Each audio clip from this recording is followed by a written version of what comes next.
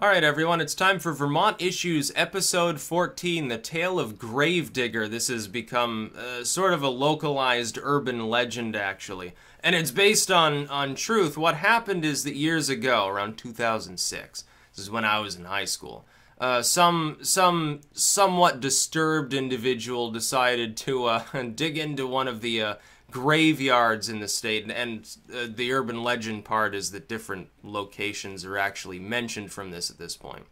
Dug into a grave, chopped a corpse's head off actually, stealing several personal items. One was a bow tie for some odd reason, and was like leaving the head out there in the sun to get dried and defleshed. I guess the idea that he had in mind was to use the skull as a bong. And this actually happened in the state and was, of course, something that a lot of people were talking about at the time. I remember it was mentioned, I think it was in Driver's Ed at the time, or something, if I remember correctly.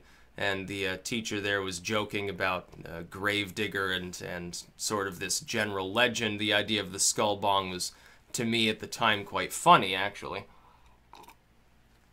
But it actually happened. He went to juvenile detention. I think he had some problems when he did this, which hopefully have been addressed. But urban legends are of great interest to me. That's not the only urban legend we've got in the state of Vermont, but it's one that's more humorous than anything else. The idea that you'd get upwards of a few years in prison for desecrating a corpse. It's like it's a dead body.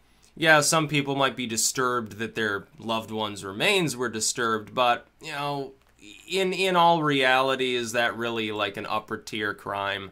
No, I don't think so. You should leave the dead alone in whatever form they happen to be in.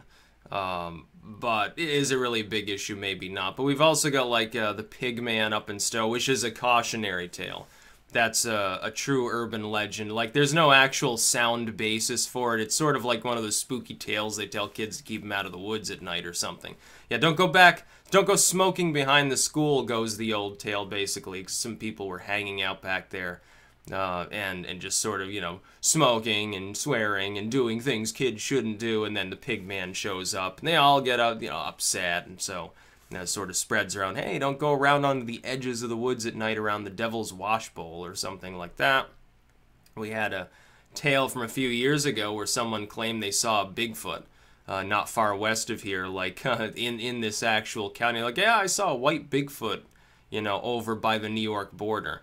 Which, of course, is bullshit. It never doesn't make any sense. When people say, oh, yeah, the New England forests are deep and dark enough to hide Bigfoot. Yeah, but they were all, clear-cut 100 years ago. Somebody, I think, would have noticed some hominids running around out in the non-woods that were actually left at that time period. There wouldn't have been a whole... the entire area was basically clear-cut, including most of the Catskills.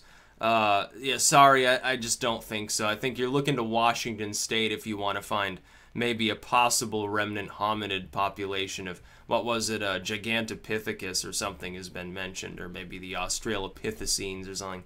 Yeah, they just got washed far away from their home continent on a raft or something, who knows. Well, we've got this sort of stuff, and you gotta realize Vermont's a little bit spooky-dooky anyway. New England tends to be, if only for climactic reasons. We've got a long history. You've got, of course, Salem, not too far from Vermont, in the same neck of the woods of the country. You certainly got the New York tale of the Headless Horseman sort of Sleepy Hollow stuff. It's actually, there is a Sleepy Hollow there.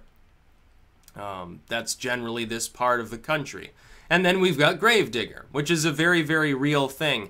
It actually happened, which is why it's more funny than spooky or anything like that. But the idea of disinterring a corpse to turn the skull into a bong, yeah, I don't think it sits well with most people, especially back then. People are less moralistic now.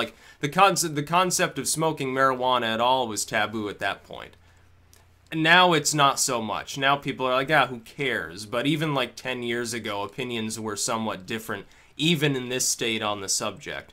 Any referendum we could have held on marijuana would have been defeated then. Now it would pass now. The only thing standing in our way now is the idiot governor that we have to deal with.